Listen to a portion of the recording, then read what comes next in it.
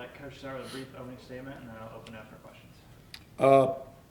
Really proud of the steps that we've taken to figure out a way to come together as a group of people.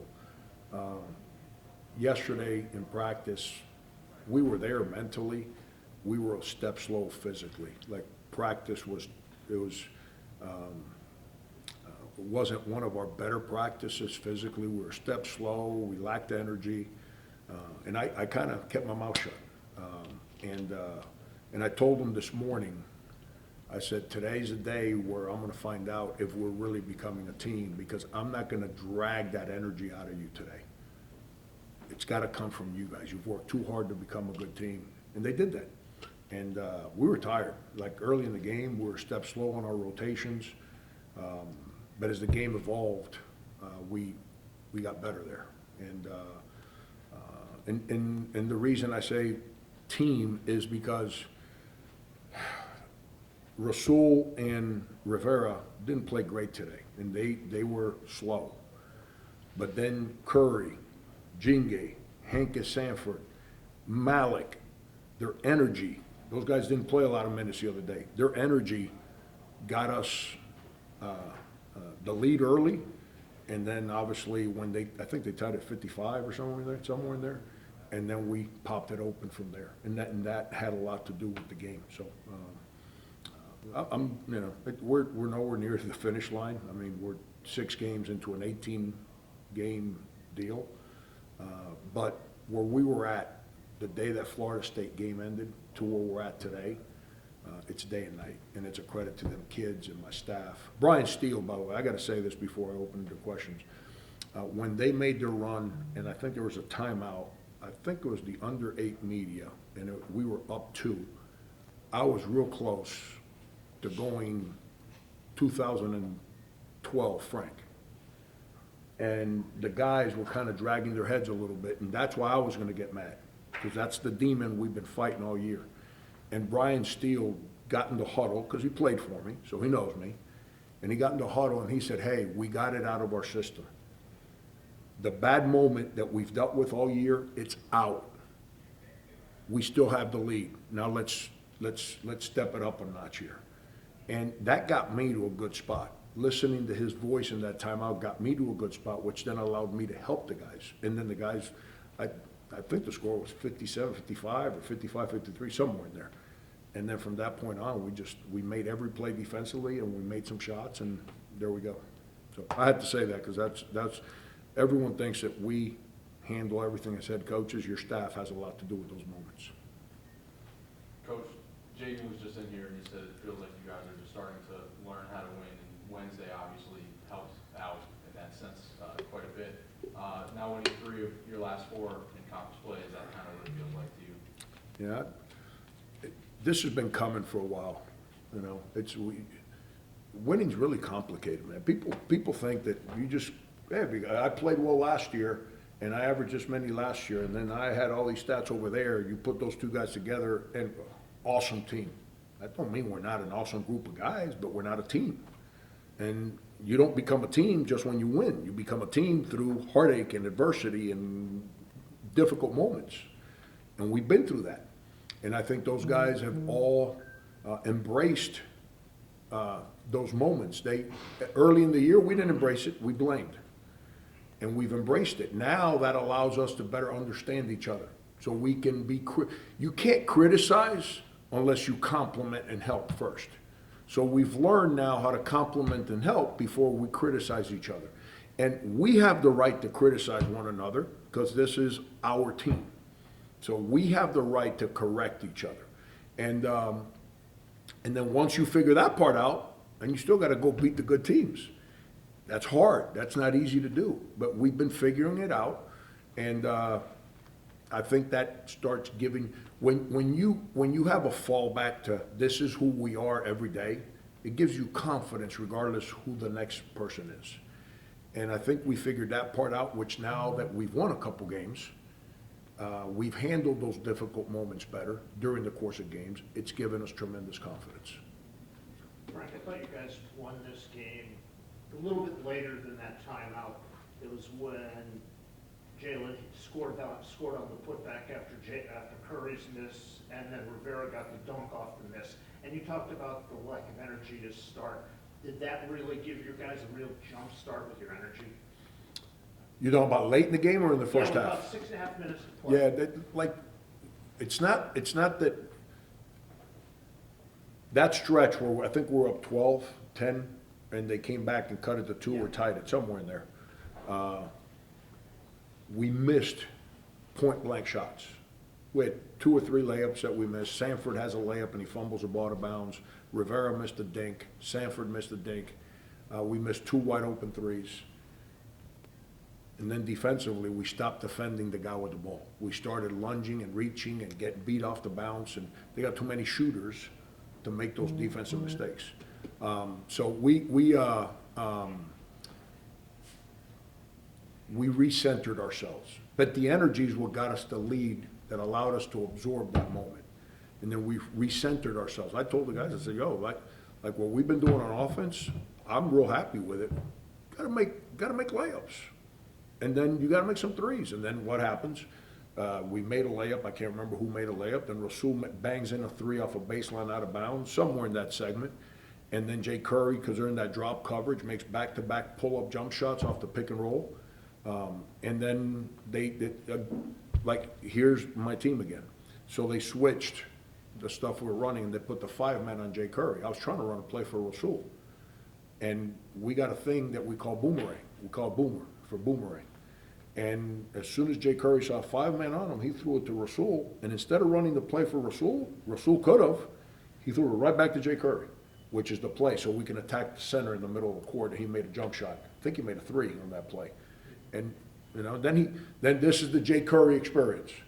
Now his ball went in 3 or 4 times, and now I'm trying to slow the game down, and we ball screened for him, and the guy went under, and he banged in another 3, and I just sat there and I was like, that's what young kids, man, he's feeling it as a coach. I can't get in his way in that moment, and but that's fun. That's what it's about. Coach, what's Jaden's impact to this team both on and off the box score? Because he had 9 points, 13 boards, 5 blocks, but it felt like his defense, his entry passing too, everything you've seen now. Jaden has to free his mind to play with aggression. That's what makes him a good player. He overthinks and overanalyzes everything, and that's where I've been trying to help him with that. Today he had early in the game, he had 2 great defensive plays, that's the energy he gives us. But the play that I said, okay, we might get good Jaden today, is we reversed the ball, and he tried to drive it baseline, and the guy cut him off, and he spun, and he instinctively just jumped up and shot a little floater from about 8 feet. It went in. But the fact that he instinctively just got to his strong shoulder and was willing to take that shot, I was like, wow, that's big time. He's got a free mind. His last 3, it didn't go in because he shot more threes yesterday. It went in because he played with a free mind today. He just prepared and acted on the moment. His energy, when he plays with that aggression defensively, on the ball, off the ball, it allows him to then play aggressively offensively. He made a great play today, something that we've been working on. He drove the ball, and there was a switch, we call it veer switches, and Sanford ended up with the smaller player on him, and he had the bigger player on him, and he back pivoted in the paint and dropped it on Sanford, who makes a layup.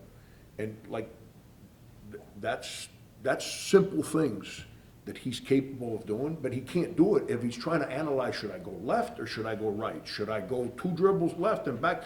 He just has to go. Just go. Free your mind and play. So, but him, Sanford, Rivera, Malik, their defensive physicality at the rim allowed us to win today. Coach, DHS put up almost a double-double, kind of getting back to where he was before the hand injury. Can you kind of walk us through what he's been really going through, trying to just make sure he can get back to where he was? Yeah,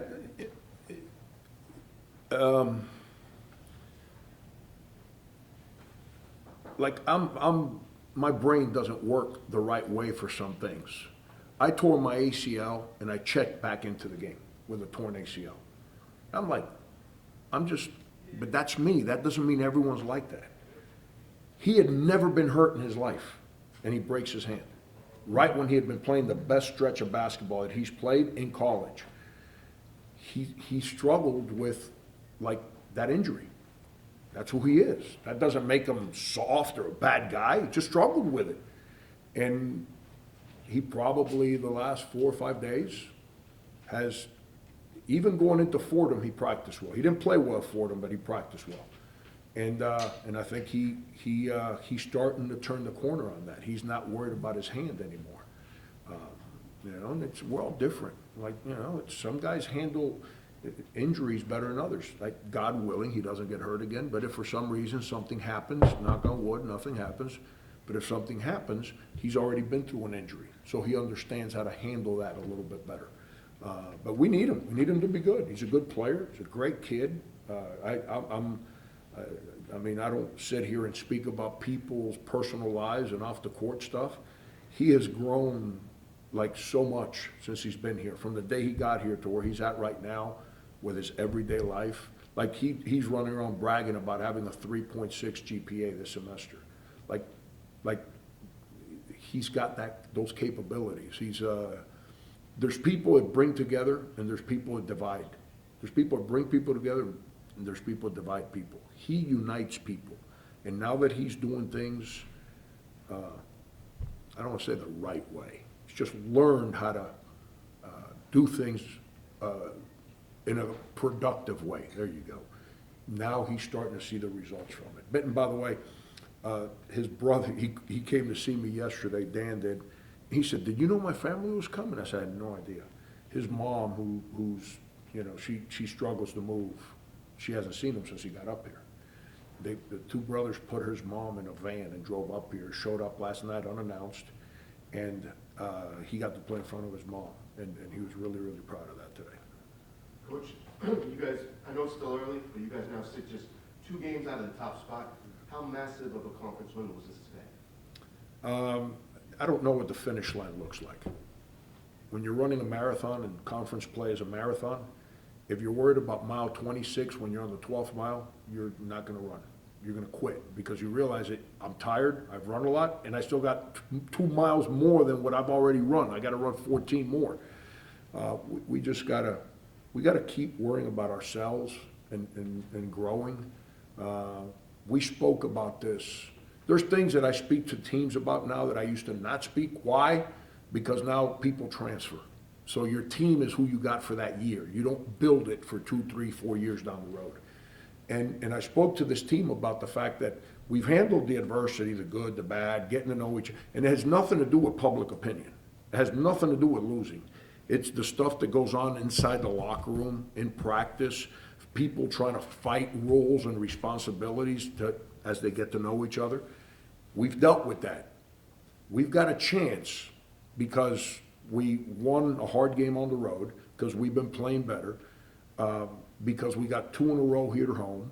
And then we got a bye week, so we can rest and recover and really, really watch a lot of film and get ready for that next month that's coming up. We got a chance to make a move, and I've never spoken to my team about that. We got a chance to make a move. But you know what happens after, who do we play Wednesday? GW? Yes. You know what happens after GW? We got a bye week. You know what happens after the bye week? Take a guess. We got 11 more of these damn teams we got to play. So my first year as a head coach at K-State, after 10 league games in the Big 12, the guy that didn't know anything, that everyone said, this guy, who gave him a job? This guy's a maniac. We're 8-2, sitting in first place in the Big 12 with a win over Kansas, who was number 2 in the country at the time. We lost 4 in a row. All of a sudden, we're 8-6, and we're looking up, trying to sneak into that NCAA tournament. And this thing flips on you in a hurry. So we gotta. It's a marathon, man. We got to worry about mile 13. My body hurts right now. If I worry about mile 26, I ain't making it to mile 15. I got to worry about mile 13 and 14 and go from there. Last one here. You touched on the Jalen Curry experience, just kind of elaborate a little more on the importance of this game for him after maybe what was a rough stretch for him these last couple of weeks. You guys see the points. Like he had 7 assists, 0 turnovers. We live in a world where everyone, they look at the stat sheet and they're like, huh, wow, he played really well. You know what he did today? He gave us a personality defensively. He defended. He came out of the game, he called for the sub. He came out of the game, he was huffing and puffing. I said, you look tired. He said, yeah. I said, that's because you're finally understanding how to play hard. That's what it's all about, and those are young kids, man, and that takes time to learn. But he was engaged today. He was defending. He was running our offense. I got mad at him first play of the game because I told him what I wanted to run. He ran it to the wrong side. I don't know if you guys realize, I took him out like 2 minutes into the game, and he had back-to-back mistakes. He didn't come out with his lips sticking out, rolling his eyes. As he walked by me, I said, A, B, and C. And he looked me dead in my eyes, and he said, yes, sir, engage, I got it. Went back in, played his tail off. And it had nothing to do with the stats. It was his engagement with what we were trying to do, and then they're a hard team to defend. Those 3 guards they got, they're a problem. And he was engaged defensively, and then running our offense and getting guys the ball, and then when he had space, making his shots. You had a question? I do. I didn't mean to override him, man, but you. No, you kind of just answered that. I was gonna, so you've been very critical of the centers throughout this year. Malik and DHS played really well today. I was just gonna ask what you thought of them overall, but you just answered. Yeah, I don't know if I've been critical of them. When I criticize in practice. I've been telling the public that we're not getting enough from our centers. And those guys today, they combined for 20 points and 15, 16 rebounds, something like that. You know, they gotta give us more. Ball screen defense has to be more. It's gotta be, you don't accomplish anything in life by doing less or doing what you're doing. You always have to do more. We need more from them. And those guys gave us a personality there today, so. Appreciate it. Thanks, everyone.